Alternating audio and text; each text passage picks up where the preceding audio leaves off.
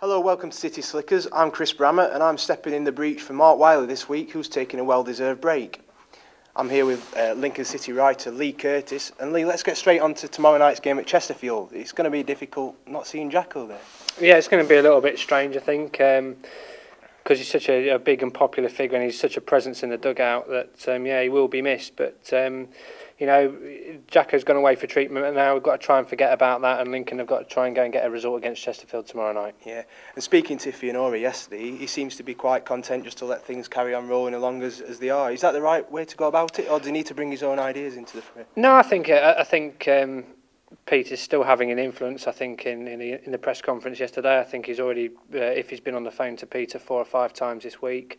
So, even though he's gone away for treatment, he still can't keep his mind off Lincoln City. So I'm sure Peter will be on the phone again tomorrow, finding out how the boys are shaping up. So, I still think Peter will have the final say.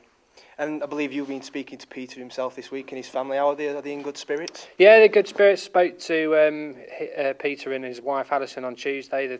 They've gone away to Tenerife now for a few days break, and well deserved that is too. And hopefully, when they come back, then they'll start the treatment. But they needed a rest. Okay, as we've heard, Iffy Onuora will be in sole charge tomorrow night at Saltergate. Let's see what he had to say at yesterday's press conference. They won't fancy us coming there. Obviously, they've got real serious playoff credentials, but I think they want a team who've won 6 out of the last 7, coming in there in good form, confident, with players who carry a threat going forward. I was in forgotten his name, Lee Richardson's shoes. I wouldn't like to think that you'd probably look for easy assignments than that. And it's a nice one, you're playing on a Friday night, and you do manage to get a win and confidence. It's nice to be able to sit back on the Saturday and watch all the other results safe in the knowledge that you've done your bit already. Crofty hasn't trained now for a week or 2, just that niggling calf problem he's had. Whether he joins us training next week with a view to get a reserve game under his belt, but he needs to do that obviously before we can get him in the first team picture again. Lee Ridley is a doubt at the moment because he's had a little bit of a problem with his hamstring, so we've got to monitor that. So yeah, that's a disappointing thing that you might have to change what has been a fairly steady back 4 at least. But we've got players to come in if needs be, but we'll give Lee every opportunity. Iffy Onuora there. Now, one of the recent success stories of City's recent form has been Lenell John-Lewis, and the Echo caught up with the youngster at today's press conference. When we played high teams in the league, I think we've brought out good performances, and like last week against Wickham, yeah, we got a good performance and a good win. we're not afraid of any teams, and I think teams are probably going to be a bit afraid of us now. And I know we can go there and get a win with a good performance. You're in very, very good form. You must be very happy with how things are going. Yeah, I am very pleased. Training's picked up now. I'm not as bad as I was in training, but I just look forward to games. I love match days and I love playing, and I can't ask for anything more. What's the target for the remainder of the season, then? I heard the question earlier, 13 points off relegation, so 13 points off the playoffs. I think we just want to keep playing and picking up as many points as we can.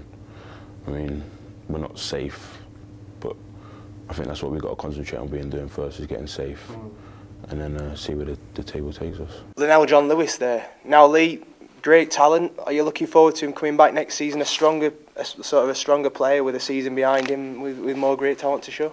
Yeah, I think he's a fantastic young player. I think he's improved remarkably over the past few weeks. I thought his performance against Wickham was very, very good. Wonderful bit of skill which led to Louis Dodds' goal, and I certainly think he's going to be a very, very useful asset. He seems to have a very old head on young shoulders, very mature. I think that's the good thing about Lincoln, is that he's got experienced players around him to help him out in that respect. I spoke to him yesterday about how well he thought he'd transformed as a player, and he said that it was down to seeking advice off players like Jamie Forrester and Adi Moses. So it's good that he can lean on those sort of players' shoulders and get some welcome advice. And will City do well to keep hold of him next season, or do you think he's got a long-term future here? Well, I mean, if the scouts there'll be scouts going to the games on a regular basis, I would have thought, and certainly any reports that have gone back will mainly consist of how good Danny Hone and Lenell John-Lewis have been. For young players, I think they're exceptional talents.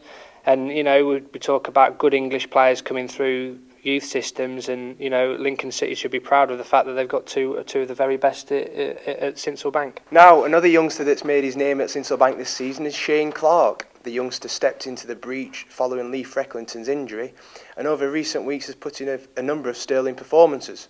We caught up with the youngster at the press conference this morning. Was there a time where you were in the reserves, you stuck in the reserves? It's quite easy to get your head down, isn't it? Because if you're playing the reserves week in, week out, you're not really figuring the first team.